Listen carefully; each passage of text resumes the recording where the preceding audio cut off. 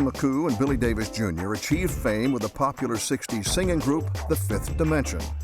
When they left a decade later to go off on their own, they gained even more success.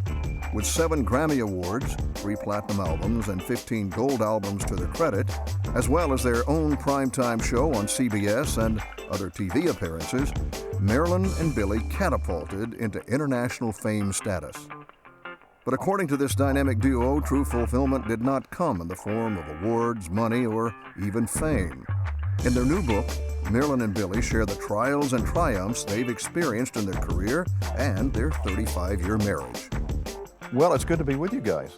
Thank you, Jerry. Thank you, Jerry. We've had the opportunity to meet on a couple of occasions, Right. and it's good to be with you today. You know, I want to start, and I'm sure that a lot of the people who are watching the program today would be really interested, especially the boomers. We know about the boomers, right? Would really be interested in knowing about how you guys got started. Of course, the Fifth Dimension, legendary. Out of the Fifth Dimension came legendary songs. Before we started, we were talking about some of those, of course. Up, Up, and Away, incredible. That's right. Yeah. But then Aquarius, the Age of Aquarius. That's right. That's right. The timing was absolutely spectacular. Oh, yes, yes. Yes, it was. And then Wedding Bell Blues. Right. Hit a couple of notes of that. Oh, you want me to say? I thought you were hitting the note. Man. That's what I said. No, don't do I it. thought you were You're about like, to hit a note. Bill, I love you so. I always That will. was a great song. What else? There was another one that. And then there was One Less Bell to Answer, Oh, which yeah. many women refer to as the divorced women's national anthem. But now, these just kept hitting one after another. Well, we Yes. would have we'd have some other songs in between. songs in between yeah, that didn't do as well. Yeah. Well, how They did still you hit the charts, but they Not just didn't get to like top 10 or you top know five, something yeah. top 5. Yeah. They were all very singable, even Wedding Bell Blues. You know, I could just, I'm not going to, but I could just about do it. I could hit a lick on that You one. want to hit a couple of those notes? I know. Could, but I'm not going to. How did you guys get started? Well, Billy, you came actually, out from St. Louis. I came out from St. Louis. I was seeking a solo career because I had been singing with groups. In our book, you'll see that there's a group called the Emeralds that I sung with years ago.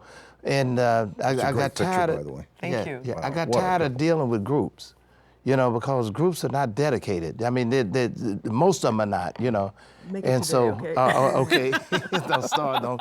And but anyway, I came out singing a solo career, and I went to Motown on the West Coast, and Motown. I auditioned for them, and they put me on a waiting list. And while I was waiting, Lamont and Ron, we all grew up in St. Louis together, and Lamont was taking pictures for Motown. And Lamont had sung with Marilyn in another group called the High Fives, and they had broken up. And we said, hey, why don't we start another group? So And that started it. How did you get that involved? started it. Yeah. Well, I had sung with Lamont in the group before that. And like Billy, once that group had broken up, I said no more groups. But when we started talking about forming this new group called the Versatiles, it was just going to be a hobby.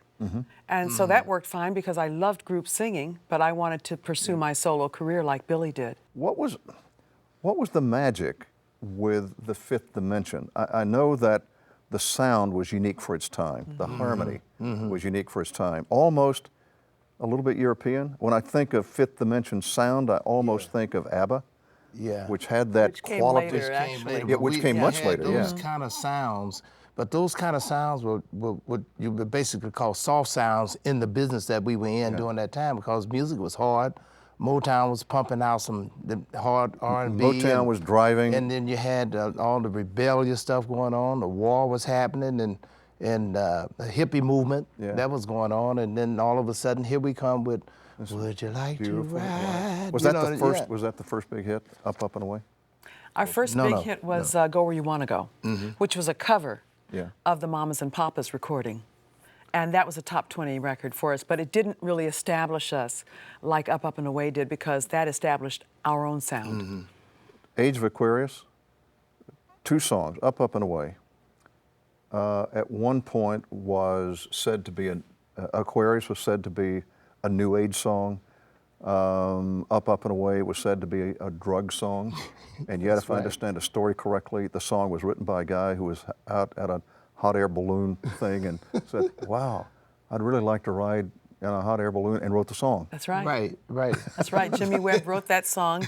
He was down in the Palm Springs area and saw this hot air balloon festival. And At what point did you look at each other and said, hey, we made it, we're successful? I think Aquarius, yeah. Let the Sunshine In was probably, well, of course, we ended up with a gold record for Stone Soul Picnic, and so that felt like a moment of having made it. And we were performing with Frank Sinatra, and he presented us with the gold record. So we made it there.